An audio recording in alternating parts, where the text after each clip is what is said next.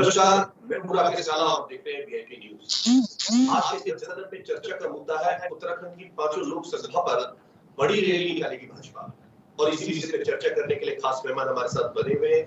आइए सबसे पहले उनका परिचय आपसे करा देते हैं। संजीव वर्मा जी प्रवक्ता है भाजपा से। संजीव जी वीआईपी परिवार आज की इस चर्चा में आपका स्वागत करता है। शांति प्रसाद जी वरिष्ठ नेता है यूपीडी से।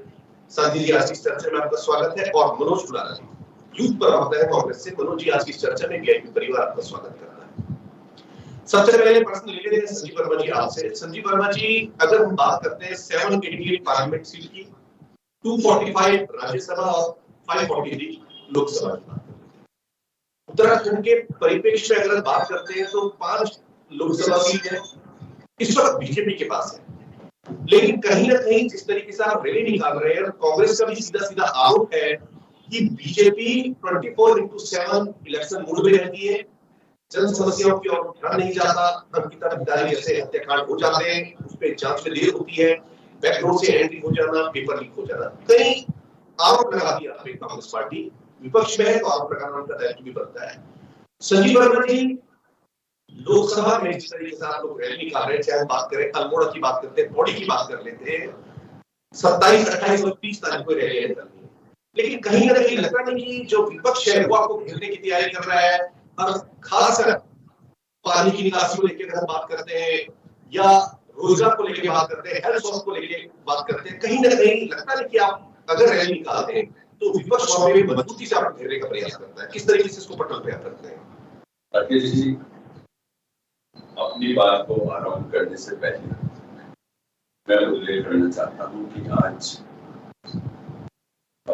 लोकतंत्र की हत्या का जो काला अध्याय कांग्रेस पार्टी के द्वारा, कांग्रेस की उस समय की तत्कालीन प्रधानमंत्री स्वर्गीय इंदिरा गांधी जी के द्वारा पूरे देश को जो एक जेल के रूप में तब्दील कर दिया गया था आपातकाल के दौरान मात्र अपनी सत्ता को बचाने के लिए, तो कांग्रेस पार्टी सत्ता के लिए जीती है, सत्ता के लिए मरती है और सत्ता ही के केंद्र बिंदु में रहना चाहती है।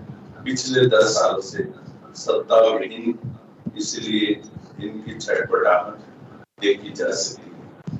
कांग्रेस पार्टी के पास आज न कोई मुद्दा है, ये मुद्दा विहीन है, ये पूरी तरह से ब्लैंक है। न इनके पास कोई विकास का विजन, न विकास का कोई एजेंडा है, तो केवल मोदी विरोध और मोदी विरोध का नाम लेकर ये 2024 के चुनाव में जाना चाहते हैं। बात रही जिस तरह से अभी आपने कहा कि कांग्रेस का आरोप है कि भारतीय जनता पार्टी हमेशा चुनाव मोड में रहती है, भारतीय जनता पार्टी अनुशासित पार्टी, भारतीय जनता पार्टी का कार्यकर्ता, क्योंकि हम राजनीतिक दल हैं तो कोई ना कोई चुनाव हर समय, कभी निकाय का चुनाव होता है, कभी पंचायत का होता है, कभी विधानसभा का होता है, कभी लोकसभा का होता है, तो भारतीय जनता पार्टी का कार्यकर्ता पूरी तन्मयता के साथ कमल को खिलाने के लिए एकजुट होकर चुनाव के मैदान में रहता है और जनता की सेवा में हमेशा जुटा रहता है। जनता का भरपूर सहयोग और भरपूर आशीर्वाद भारतीय जनता पार्टी को मिलता रहा, मिल रहा है और आगे भी मिलता रहेगा। जिस प्रकार से 5 लोकसभा सीटों की हम बात करें तो 5 लोकसभा सीटें वर्तमान में भी भारतीय जनता पार्टी के पास है और आने वाले समय में भी भारतीय जनता पार्टी के पास ही रहने वाली है। और क्योंकि कांग्रेस पार्टी जो अभी 1.5 साल के आसपास जीत चुका है, ये लोग अपना प्रदेश की टीम तक नहीं बना पाए, और जबकि भारतीय जनता पार्टी अपना प्रमुख तक पूरा तैयार कर चुके हैं। हमारे सीएम से लेकर सरपंच तक महाजन जनसंपर्क अभियान जो हमारा 30 मई से 30 जून तक लगातार चल रहा है, हम घर घर तक पहुंच चुके हैं और घर घर तक जाकर अपने केंद्र सरकार की और राज्य सरकार की जितने भी हमने काम किए तमाम उपलब्धियों को हमने जन जन तक पहुंचाया और जनता इसको स्वीकार भी करती है। जनता इसके ऊपर सहमति व्यक्त करते हुए आने वाला जो हमारा 2023 का निकाय के चुनाव है, 2024 में हमारे लोकसभा के चुनाव है, इसमें कमल खिलाने का काम बिल्कुल प्रतिक्रिया ले लेते मनोज जी से लौट के आता हूं मैं संजीव जी आपके पास। आप मनोज जी जिस तरीके से संजीव जी कह रहे हैं कि भाजपा एक अनुशासित पार्टी है, जनता की सेवा में लगी रहती है, लेकिन एक प्रकरण ऋषिकेश से अभी हो गया था कि हाथापाई का मामला, क्या इसको भी हम जनता की सेवा में गिनेंगे मनोज जी? देखिए सर ने जब स्टार्टिंग करी तो स्टार्टिंग में कहा लोकतंत्र की हत्या। मुझे लगता है कि ये अपना जो काले हमसे भूल गए हैं। जिस तरीके से हमने ऋषिकेश में देखा इनके मंत्री कोई काम जनता को पीटते हुए हमने डाकरा बाजार में देखा कि किस तरीके से इनके कैबिनेट मिनिस्टर खड़े होकर सिर्फ आनंद ले रहे थे। मैं यही कहना चाहता हूँ लोकतंत्र की हत्या देखनी है तो जाइए जरा जंतर मंतर में, आपको पता है वहाँ पे जो हमारे वोटर्स हैं, जो पहलवान हैं, वो मेडल लाते हैं, आप उनको अपने परिवार का बना देते हैं और जो अपने हक की लड़ाई करते हैं तो आप चुप्पी थाम देते हैं। अमेरिका में आपसे पूछा गया कि क्या उसके जवाब नहीं था, कब वो ऑप्टिकल फाइबर हमारा पॉलिटिकल फाइबर दिया, उसके लिए आपका जवाब नहीं है सर। अगर आज हम इस स्थिति की बात करें, बाहर नहीं जाऊंगा, मैं आऊंगा और उनकी 5 सीटों की बात करूंगा। अगर हम देखें तो 5 सीटें बीजेपी के सांसद की है और ऐसे में जब इनके प्रेसिडेंट भट्ट जी ये कह रहे हैं कि आप हमारे सारे सांसद अपने संसदीय क्षेत्र में जाएंगे, लोगों से बात करेंगे, फीडबैक लेंगे, वो भी ऐसे समय में जब हम चुनाव की मुहिम पे खड़े हैं जहां पे पूरी जनता 5 साल से सांसदों का इंतजार कर रही थी कि संसदीय क्षेत्र के लिए कुछ करेंगे, वो काफी आक्रोश में है। पहले में पेपर लीक हो रहा है उसके आक्रोश में है, महिलाओं पे जो अन्याय चल रहा है उन्हें न्याय नहीं मिल पा रहा उसके आक्रोश में है, किसानों को जो मुआवजा टाइम पे नहीं मिल पा रहा, किस तरीके से जर्नल किसान पीड़ित हैं उनका जो आक्रोश है उसको तो सही नहीं कर पाए। मैं इनसे 2 सवाल पूछना चाहता हूं, आप बेरोजगारी का कैसे करेंगे सर? आपको पता है जब इनसे बेरोजगारी है आप आपको बता देना चाहूंगा कि हमारे उत्तराखंड जो मास एक्सेस हो रहा है वो हो रहा है टैलेंटेड युवाओं का, जो अपनी नौकरी को छोड़ टैलेंटेड है वो दूसरे स्टेट में जा रहे हैं because of search of opportunity. Uttarakhand में मैं आपकी बात करूं ना तो लोकल इकोनॉमी की तरीके से चल पा रही है ना ही पॉजिटिव ग्रोथ हमें देखने को मिल रहा है। आज के अंदर रहेंगे कैसे ये? मैं एक सवाल पूछना चाहूंगा आपकी से पहले तो ये बेरोजगारी आप कैसे चलोगे आप? ये आपका मुद्दा है पहले आपकी रोजगार से आपने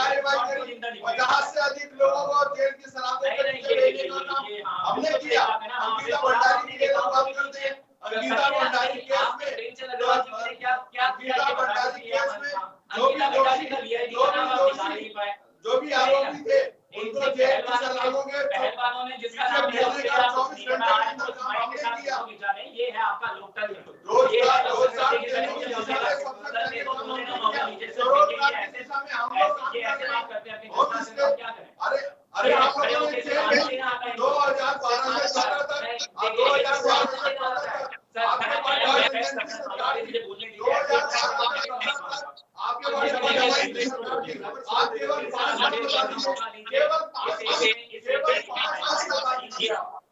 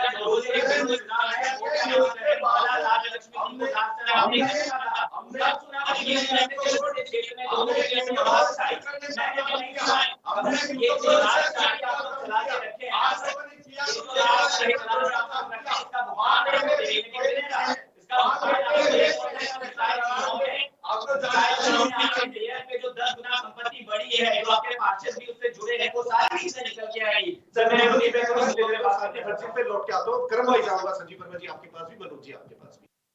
शांति भट्ट जी, मैं एक प्रश्न आपसे ले लेता हूँ। शांति भट्ट जी, लोग कहते हैं कि लोग संपत्ति दान करते हैं, धन दान करते हैं, अनुदान करते हैं। अब आपने अपना जीवन समाज के लिए दान किया है, कर्मठ तरीके से आपने पार्टी के मुद्दों को पटल पे रखा है। शांति भट्ट जी, रीजनल पार्टी आपकी बनी है, आप कहते हैं मैटेरियलिस्टिक चेंजेस लेके आएंगे, सोसाइटी को रिफॉर्म करेंगे।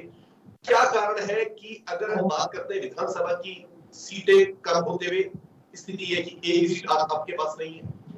लोकसभा की बात करते हैं, कोई भी पार्लियामेंट में आपका मेंबर अभी तक नहीं है। सीधा सीधा आरोप कांग्रेस बीजेपी के ऊपर लगाती हुई नजर आती है, लेकिन क्या कारण है कि उसके बावजूद भी ये हिस्ट्री क्रिएट कर देते हैं 2022 में पुनः दोबारा की तरह का इतिहास रहा है कि एक बार अगर किसी पार्टी की सरकार आ गई, अगले 5 साल में चेंज होती है। लगता है कि कहीं ना कहीं मैक्सिमम नेता पार्टी में काम अच्छा कर रहे हैं। संदीप जी, लेकिन काला जी समझने की बात है, इसमें कोई दो राय नहीं कि संघर्ष के दौर में आज की डेट में नेता बन पाना बड़ा मुश्किल है। पूंजीपतियों के इर्द गिर्द भारतीय लोकतंत्र वर्तमान दौर में चल रहा है, परिणाम आपके सामने है। आज का जो मुद्दा है कि सांसदों को जो है अब ये यात्रा करेंगे। मैं पूछना चाहता हूँ काला जी, भाजपा को लगभग 10 साल होने वाले हैं, क्या जो काम उनके लिए थे उनके काम हो रहा है? भारतीय लोकतंत्र में केंद्र से जुड़े हुए मुद्दों के लिए भाजपा की सरकार बनाने में उत्तराखंड के लोगों ने अपना अहम योगदान किया। 5 सांसद जिता कर थे। बताइए, वन अधिनियम में परिवर्तन कराने के लिए कोई सांसद बोला? जल मिशन पर जिस तरीके से घोटाला हो रहा है, हर घर जल हर घर नल, नल की बूटी तो लग गई, जल उसमें प्रभाव नहीं हो रहा है, जबकि गंगा हमारे यहाँ से है, यमुना हमारे यहाँ से। क्या ये मुद्दे जनता के बीच में नहीं जाएंगे? मैं पूछना चाहता हूँ, हमारा सांसद नैनीताल से अजय भट्ट बंगालियों के मूल निवास की बात कर रहा है, मगर उत्तराखंड के मूल निवास को खत्म कर देता है। पौड़ी का सांसद, जिसको उत्तराखंड में जंगली जानवरों से नागरिकों को बचाने के लिए संसद में आवाज उठानी चाहिए थी, वो बोलता है कि मैं जब जहाज में जाता हूँ तो मुझे लड़कियों की फटी जींस दिखती है। ऐसी मानसिकता को लेकर यदि ये फिर जनता के बीच में जाएंगे तो जनता इनसे सवाल जरूर पूछेगी कि आपने ना तो प्रेमचंद अग्रवाल पे कार्रवाई की, ना जंगली जानवरों से उत्तराखंड की जनता को निजात दिलाने के लिए कोई सदन में आवाज उठाई। उत्तराखंड के मूल निवासियों के अधिकार छीन के जिस तरीके से आपने बाहरी लोगों को यहाँ बसाकर 1 करोड़ से ज्यादा जनसंख्या कर दी है, इसका हिसाब तो सांसदों से जनता पूछेगी। दुख की बात यह है कि जब जब चुनाव नजदीक आते हैं, ये पूंजीपतियों के पैसों से मीडिया को मैनेज कर जनता की आंख में धूल झोंकते हैं। परिणाम आपके सामने है, राज्य कर्ज की गर्त में डूब चुका है, नौजवानों की नौकरियों पर बार-बार उन्हें डाका डाल दिया है, मंत्री सरेआम उत्तराखंड के मूल निवासियों को जूते चप्पल लाठी डंडों से मार रहे हैं। और अब बात तो ये हो गई, जो उत्तराखंड का मूल निवासी अपनी जमीन बचाने के लिए संघर्ष कर रहा है, अब ये उनकी जमीनें छीन रहे हैं। मंत्रियों के जो नाम आए हैं, चाहे वो तपोवन में जो नरेश कौशल का मामला हो या फिर हरिद्वार के अंदर सीएस के अंदर साधु संतों की जमीन पर जो पट्टे की दी हुई थी, उस पर भी मंत्रियों के नाम आगे आ रहे हैं। उत्तराखंड की हालत इतने खराब हो गए हैं, यात्रा सामने है जहां से निजात नहीं मिल रही है। स्मार्ट सिटी के नाम पर 40% कमीशन हो रहा है, जरा सी बारिश में पूरा देहरादून डूब रहा है। मैं पूछना चाहता हूं, किसी एक चीज पर तो उत्तराखंड की जनता को गर्व होना चाहिए कि हमने भाजपा को वोट दिया है। सनातन धर्म की ये पार्टी मंदिरों में चंदा खा जाती है, ये भगवान के यहाँ पीतल को सोना बनाकर जो है घोटाला कर देती है। उज्जैन के अंदर ये महाकाल के मंदिर में 750 करोड़ का घोटाला कर देती है, तो राम मंदिर के यहाँ पर जो है जमीन खरीद घोटाले में भी इनका नाम संलिप्त में आ जाता है। मैं पूछना चाहता हूँ काला जी, आखिर उत्तराखंड के सनातनी, देश के सनातनी भारतीय जनता पार्टी के किस मोह में आप इनको वोट देंगे? ये क्या मुद्दे नहीं बनेंगे? हमारा ये कहना है, आपने शिक्षा बंद कर दी, 3000 स्कूल बंद कर दिए, उच्च शिक्षा के अंदर अभी टनकपुर में एक अग्रवाल है, उसकी कागज मेरे पास है, उसके बाद फर्जी डिग्री है, दोनों यूनिवर्सिटी के अंदर रजिस्ट्रार है, उसका नियुक्ति से लेकर कार्य प्रणाली फर्जी है। हम मुख्यमंत्री को शिकायत कर रहे हैं, हम राज्यपाल को शिकायत कर रहे हैं, कार्रवाई नहीं हो रही है। मेरा कहने का मतलब है, उत्तराखंड को कर्ज में डुबाकर उत्तराखंड को खत्म करने का नाम यदि विकास है, तो इसमें मैं इन दोनों राष्ट्रीय पार्टियों को मानूंगा, इन्होंने विकास किया है। और इन राष्ट्रीय पार्टियों के काले कानूनों पे यदि जनता इन्हें पुनः किसी तरह रोकती रहेगी, तो घर की उदासी, गांव से पलायन, न राजधानी का मुद्दा, जनसंख्या का विस्फोट, संपत्तियों के भागवानों का बैठना, बड़े बड़े कारोबारी बाहर के यहाँ पलटना, अगर ये विकास है तो निश्चित रूप से इन दोनों राष्ट्रीय पार्टियों को जनता भर भर के वोट दे। हम संघर्ष से निकले हुए लोग हैं, इस राज्य के बुनियादी मामलों पर हम संघर्ष कर रहे हैं, लाठी डंडा जेल हम झेल रहे हैं। मैं आपके माध्यम से दोनों प्रवक्ताओं से पूछना चाहता हूँ, क्या पलायन का काम हुआ? राजधानी का काम हुआ? क्या उत्तराखंड के भ्रष्टाचार का काम हुआ? क्या उत्तराखंड के लोग जाने के इन पार्टियों ने कुछ किया? ये लुटेरों की पार्टी है, दोनों रग और ठग है, इनकी रग और ठग की नीति को हम जनता के बीच में लगातार लेकर जाएंगे और हमारा विश्वास है कि जनता उत्तराखंड के अंदर साथ खड़े। संजीव वर्मा जी, कई मुद्दे उठा दिए हमारे साथी प्रसाद भट्ट जी ने।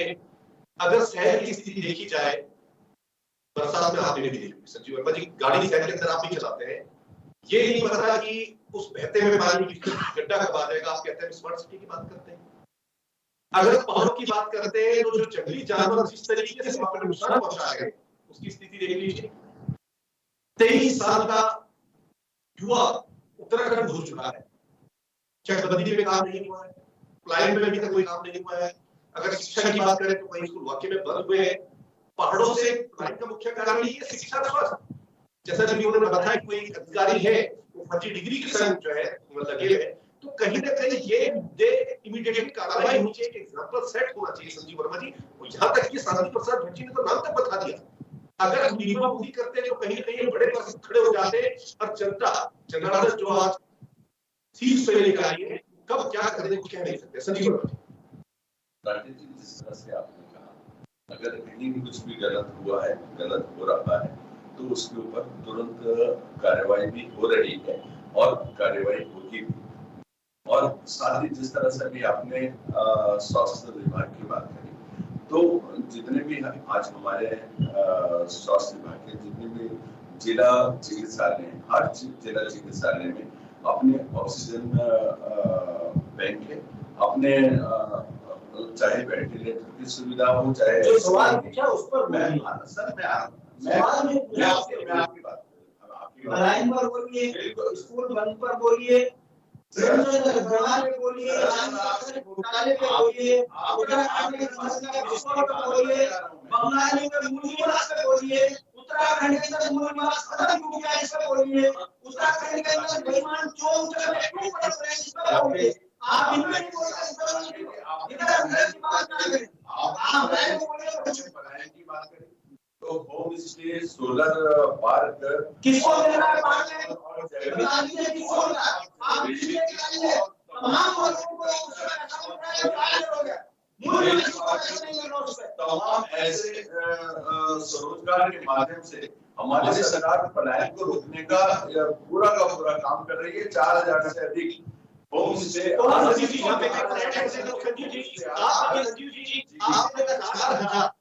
कोई भी दो गांव बताइए जहां होम स्टे आपने देखा हो, 4000 बड़ी बात है। संजीव वर्मा जी बताइए जो गांव जहां आपने होम स्टे देखा हो। झूठ बोलते हैं, अरे झूठ बोलते हैं, गांव से बाहर नहीं है। अरे 10 साल का लोन लेने वाला जी 3 लाख रुपए की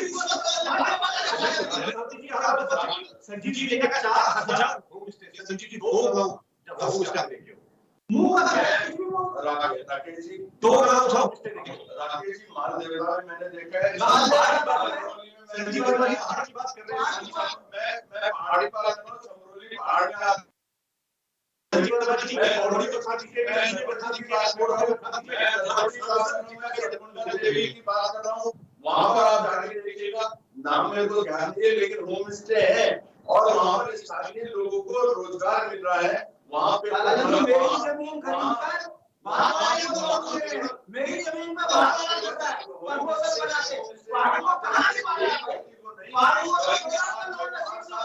स्थानीय लोगों को भी रोजगार मिल रहा है। मैं जमीन का मूल मालिक मुझे नौकर बनाने की कोशिश कर रहे हैं, मगर मुझे लोन नहीं मिल रहा। मैं उदाहरण बता दूंगा, फतेहपुर में हमारी जमीनों में बार बार लोन लेकर बनाया जा रहा है। जावड़ेकर जी यहाँ पर सचिव है, वो माफियाओं के साथ मिला हुआ है, मेरे पास उसके सारे कागज हैं। आपने उत्तराखंड के लोगों को आपने लोन दिया, झूठ बोलते हो आप यहाँ पर। खेती की बात झूठ आप बोलते हैं, श्रीमान आगे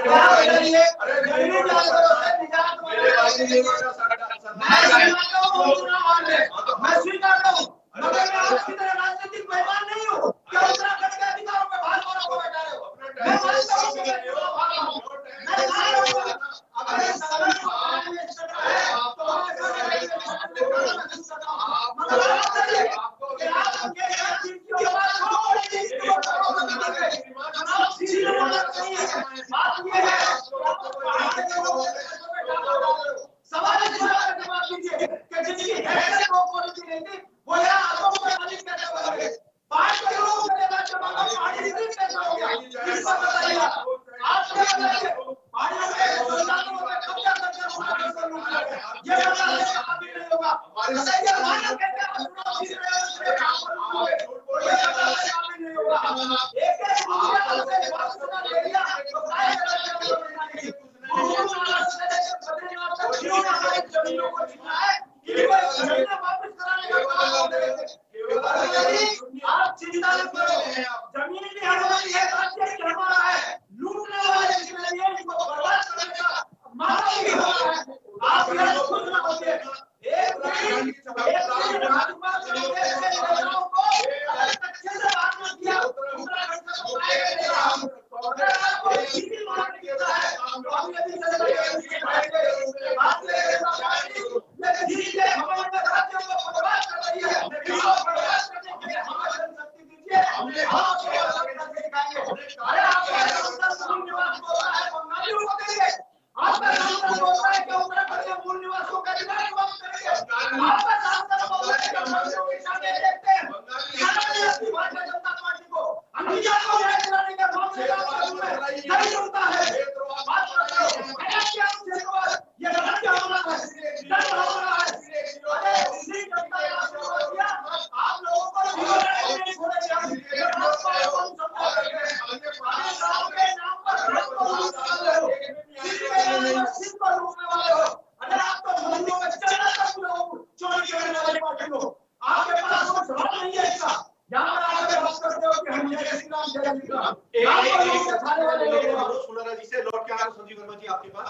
मनोज फुलारा जी, आप कहते हैं कि पढ़ाई के ऊपर काम नहीं हुआ, आप कहते हैं चकबंदी के ऊपर काम नहीं हुआ, आप कहते हैं शिक्षा नहीं मिली, रोजगार नहीं मिला, स्वास्थ्य की सुविधाएं पहाड़ों में नहीं दी गई, जंगली जानवरों में कोई काम भाजपा नहीं कर रही। लेकिन कहीं ना कहीं प्रश्न चिन्ह यहाँ भी आते हैं मनोज जी, सरकार तो आपकी भी थी, चकबंदी पे आपने क्या किया, लाइन पे आपने क्या किया, वहां मूलभूत सुविधाओं पे आपने क्या किया, शिक्षा पे क्या किया, आपने रोजगार के लिए क्या किया, स्वास्थ्य के लिए क्या किया? ये प्रश्न आप भी खड़े हैं। ये तो सत्य में जैसे बोल रहे हैं आजकल जब सीबीआई चलाते हैं, ये तो त्रिवेंद्र की जयकार बोल रहे हैं, ये तो त्रिवेंद्र की जयकार बोल रहे हैं। ये बच्चा है तो मेरा छोटा भाई है, ये क्या कमजोर हरीश रावत को बचाएगा, ये क्या हरसिंह को बचाएगा? ये तो आखिरी चोर बेईमानों की पार्टी साबित हो चुकी है। इनका तो राजनीतिक कैरियर खत्म हो रहा है। मुझे तो भाई पता है आती है कि ये मुंबई में ढमो की आवाज नहीं कर रहा है, इस बच्चे का भविष्य बर्बाद कर दिया हम लोगों ने। सर मैं एक करके सारे प्रश्नों के जवाब देता हूँ। नैनीताल हाईकोर्ट में हरीश रावत जी थे जो लोकायुक्त की बात करने वाले थे, 100 दिन में लाने वाले थे, अभी नहीं आया। लागू क्यों नहीं किया है ये बताओ सर। हम भी लागू क्यों नहीं किया ये बताओ। हरीश रावत जी गए थे, बात कैसे रखी थी, आप लोग 100 दिन में लाने वाले, अपनी बात को तो आप देखते रहे।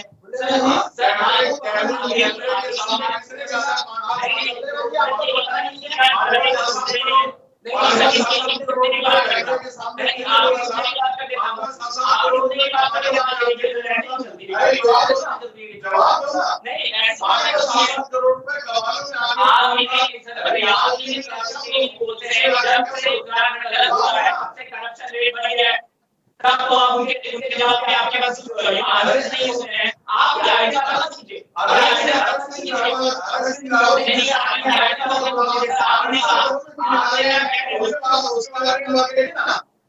जो आज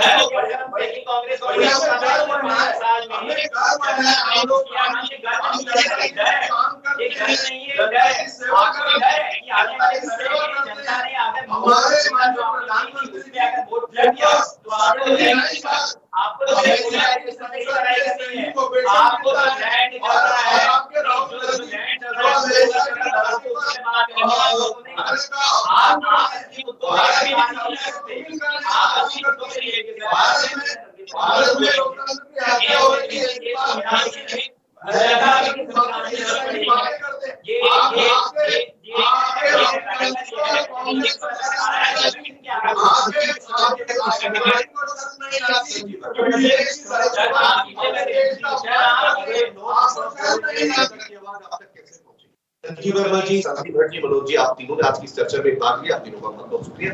हम आपको बताते चले कि भाजपा जो है अपनी लोकसभा में रैली करेगी 27, 28 और 30 तारीख को। बड़े प्रश्न यहाँ पे भी है कि ये रैली अगर पहले हो जाती तो कहीं ना कहीं कई सारी चीजें निकल के सामने भी आती, लेकिन फिर भी जनता कहीं ना कहीं बड़ा मैंडेट बीजेपी को दे देती है। 5 लोकसभा सीट भाजपा के पास आ जाती है। एक हिस्ट्री क्रिएट कर देते हैं 2022 में 17 के बाद कि भाजपा दोबारा सत्ता में आ जाती है। कहीं ना कहीं ये सोचने वाली बात भी है, देखने वाली बात भी है, जनता का रुझान किस तरफ आता है लोकसभा में। तभी शायद सियासत के लिए कहते हैं कि सियासत की एक अलग जुबान होती है, लिखा है जो इकरार तो इनकार समझता। लिखते रहिए वीआईपी न्यूज। नमस्कार।